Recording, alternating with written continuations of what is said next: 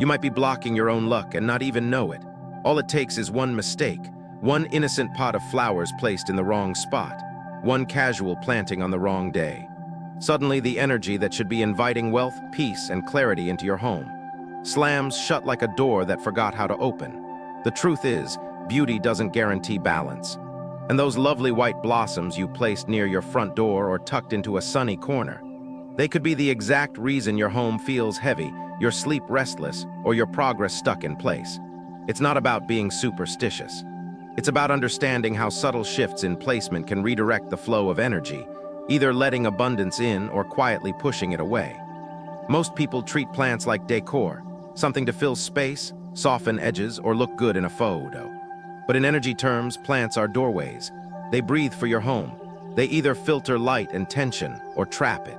And two of the most powerful flowers for attracting prosperity and harmony are also the easiest to misuse. That's what we're going to fix today. In this video, I'll reveal which two white flowers have been quietly known to open energetic gates, and how to plant them in a way that turns your yard or balcony into a true source of flow. Because when you get it right, something changes. The air feels lighter. The silence feels softer. Your home stops resisting and starts receiving. So before you rearrange your furniture again, light another candle or blame stress on the season. Step outside. Take a closer look at that little pot near your stairs or under your kitchen window. Is it truly helping you bloom, or quietly closing the door to everything you've been waiting for? Part 1. Magnolia, when light needs a guide. Have you ever felt like you're doing everything right, but nothing moves? You wake up early, keep the house clean, show up for work, pay the bills on time, but deep down something's off. The days feel heavier than they should. The opportunities never seem to land. You open the windows for fresh air, but it doesn't feel like anything's truly flowing in. That stuck feeling, it's not always inside you. Sometimes it's in your space. And more often than not, it starts right outside, where the light should be entering but isn't. That's where Magnolia comes in. Specifically, Magnolia alba, a simple white-flowered tree that most people overlook as just another decorative plant. But Magnolia isn't just beautiful, it's directional, it's intentional, and when planted right, it becomes a quiet conductor of possibility. Magnolia carries what energy workers often call calm momentum. It doesn't burst into bloom. It doesn't demand attention. It leans gently toward the sun and lets the wind pass through its soft petals. But here's the thing, this softness isn't weakness, it's stability. Magnolia doesn't crash through energy like a storm. It clears it slowly but powerfully.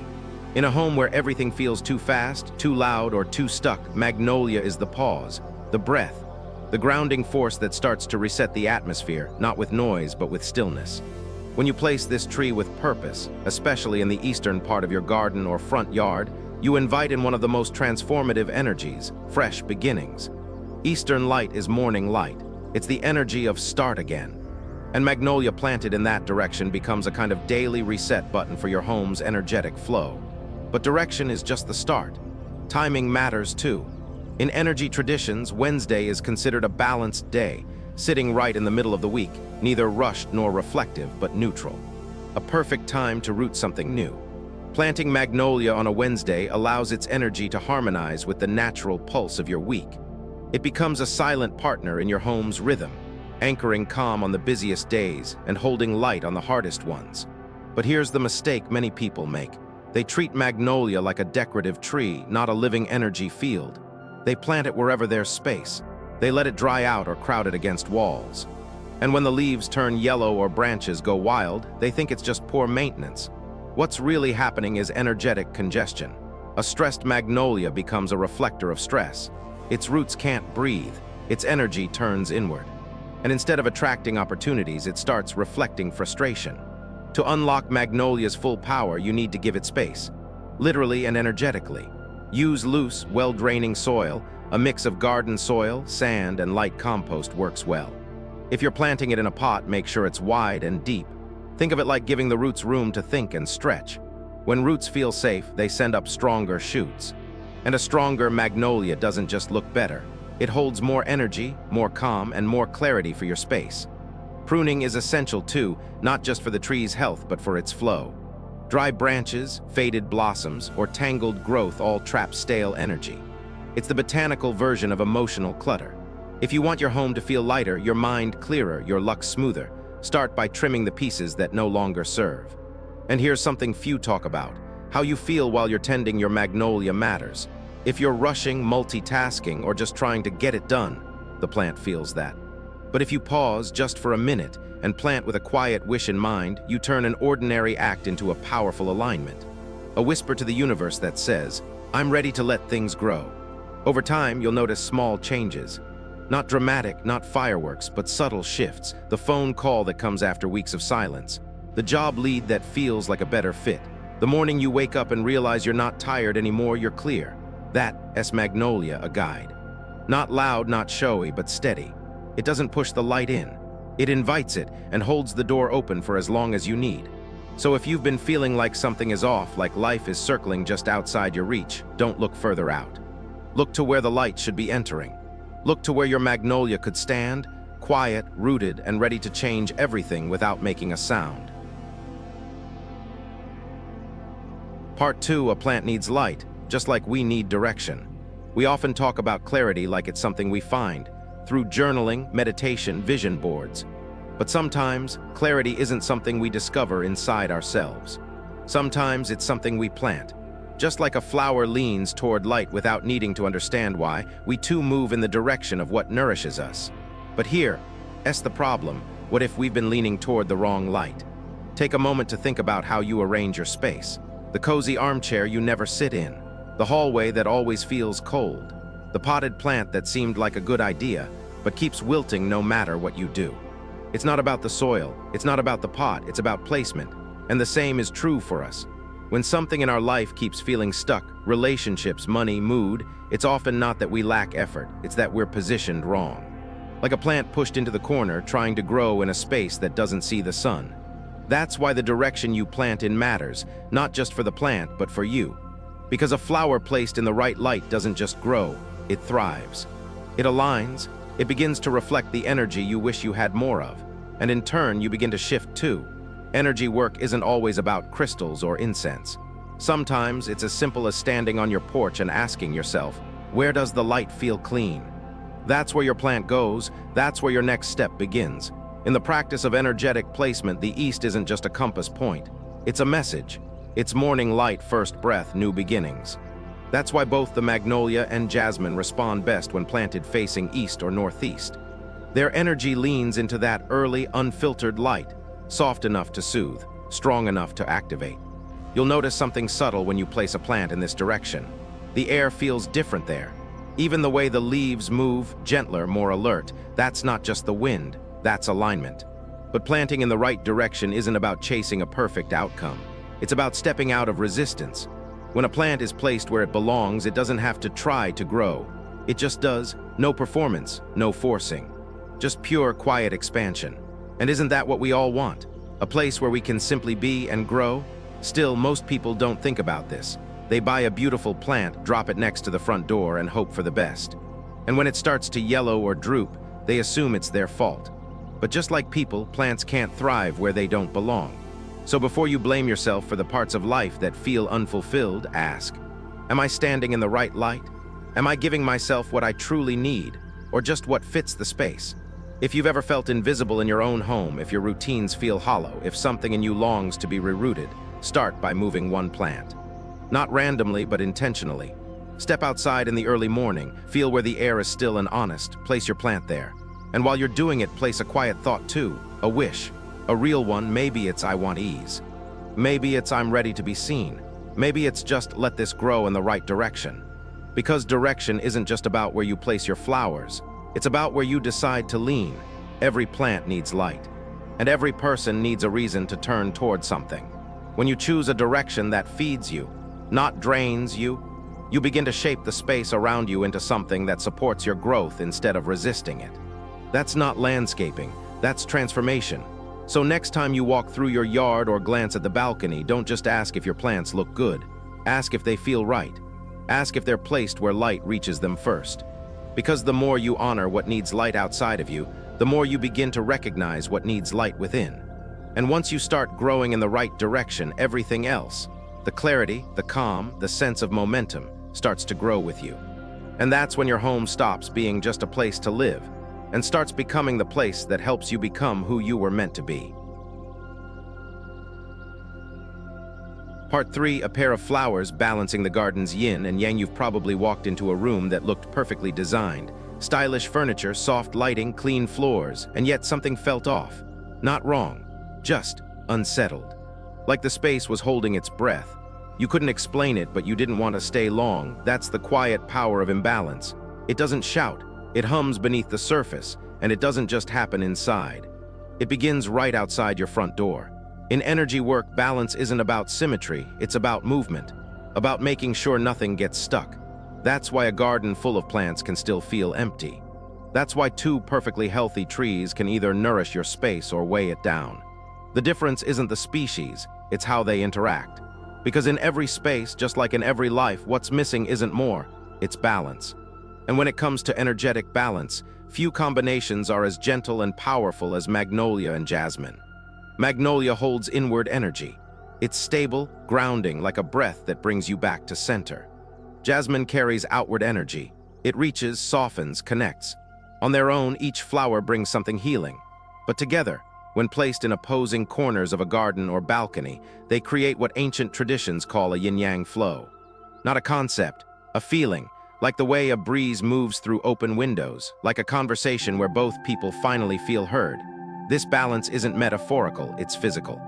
When you place magnolia in the east, where the morning sun first breaks, you're anchoring yang energy, beginnings, momentum, strength. When you place jasmine in the northeast, you're honoring yin energy, reflection, connection, peace. The garden becomes a dialogue, not just between plants, but between you and the space you live in. You'll feel the shift slowly. The first time you water both flowers on the same day. The moment you realize the air between them feels clearer, easier to breathe. You may not be able to name what's different, you just know it feels right, like something has clicked into place without needing your full understanding. But this isn't magic, it's resonance. Energy always seeks coherence. When you place two living things in a way that supports their nature, they respond, and so does everything around them. You might notice fewer arguments at home. Better focus in the afternoons. A gentler rhythm to your mornings. That's not coincidence. That's balance settling into your environment like mist on warm grass. And if you're thinking, I don't have space for all this, remember, balance isn't about size. You don't need a sprawling garden or landscaped yard. A small balcony, a porch corner, even a windowsill can hold this pairing. It's not the distance between them, it's the intention behind their placement. Even a 6-foot gap between a potted jasmine and a magnolia tree can carry a current strong enough to shift the energy of your entire home. But it only works when you plant with presence, not out of routine. Not just because you watched a video, but because you understand that your home is alive and you're in relationship with it. These flowers aren't ornaments, they're guides. And when you position them as such, they'll show you things you didn't know you needed to hear. Like when to slow down, when to ask for help, when to open the windows not just for air, but for perspective. Because the goal isn't to decorate your home, it's to harmonize it, and harmony is a lived experience. You feel it when you walk barefoot across a floor that doesn't echo. When you wake up and the morning doesn't demand anything from you. When your home, for once, gives more than it takes. That's what a pair of flowers can do. Not by being perfect, not by blooming every day, but by standing where they belong, facing the directions that honor their nature, supporting each other in silence like you wish the people in your life would. So next time you think about adding something to your space, ask yourself, is this completing something or just filling space? Because two plants placed with care can do what no renovation can, bring your home back into rhythm with you. Part 4, tending to plants is tending to destiny.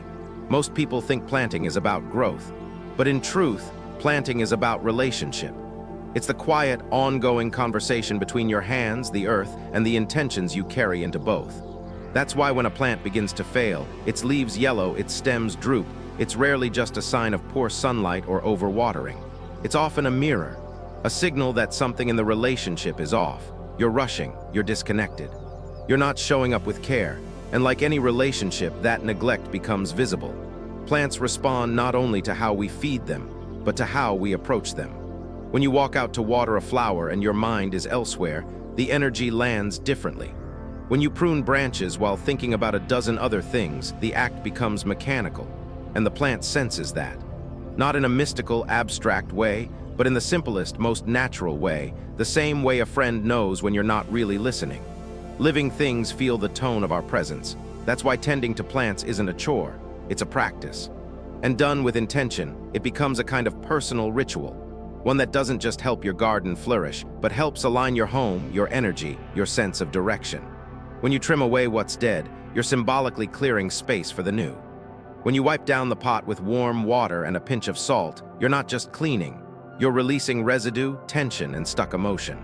Salt has long been used to clear energetic buildup. A simple cloth and water infused with intention can be more powerful than a sage bundle burned with distraction. Even the soil tells a story. If it's compacted and dry, your plant can't breathe, and neither can you. Loosening it gently is an act of kindness. Mixing in fresh compost or sand allows for flow, just like adding a new perspective or habit can refresh a stagnant routine. The roots, though invisible, are where all change begins.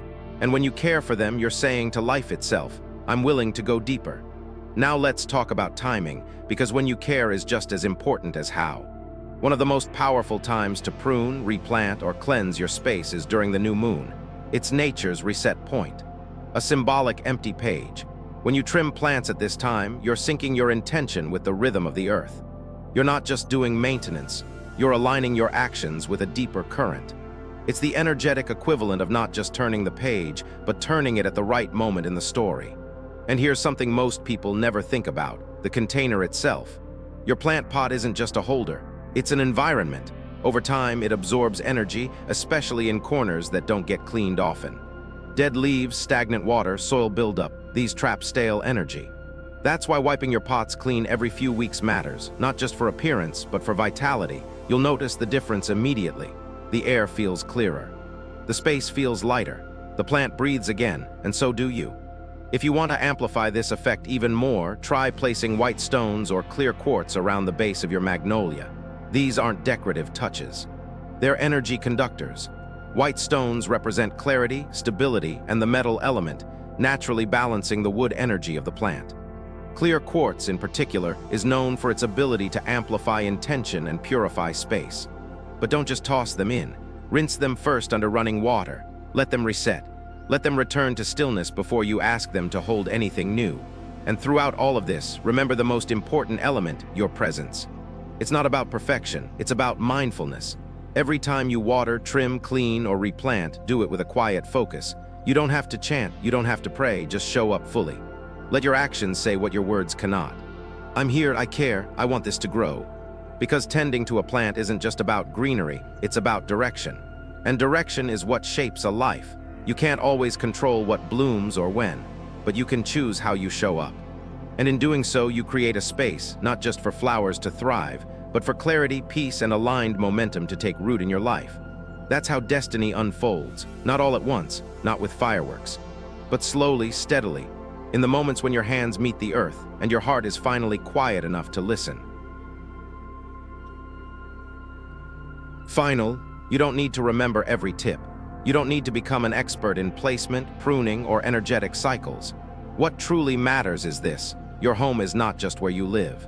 It's where your energy either expands or contracts, where your intentions either root or drift.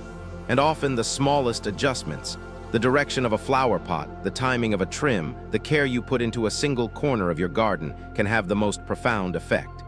We've explored two flowers, Magnolia, the gentle stabilizer, Jasmine, the quiet harmonizer. We've talked about direction, not just geographical but emotional. East for movement, northeast for connection. We've seen how yin and yang are not opposing forces, but partners, balancing what's active with what's receptive. And we've touched the truth that tending to plants is also tending to patterns, mindset, and momentum. But underneath it all, there's one deeper thread: your presence, your ability to notice, to pause, to engage with your space like it matters, because it does. Environments are not neutral, they're responsive. They hold on to energy long after words have faded. And when you place a flower with care, when you clean a pot with attention, when you whisper a simple wish into the soil, you're not just gardening, you're communicating. You're creating a feedback loop between what you hope for and what surrounds you. This is not magic, it's mechanics. Your nervous system relaxes in clear, balanced spaces. Your focus improves when energy flows freely. Your mood lifts when beauty is intentional, not accidental. That's what this practice is about, not control, but coherence.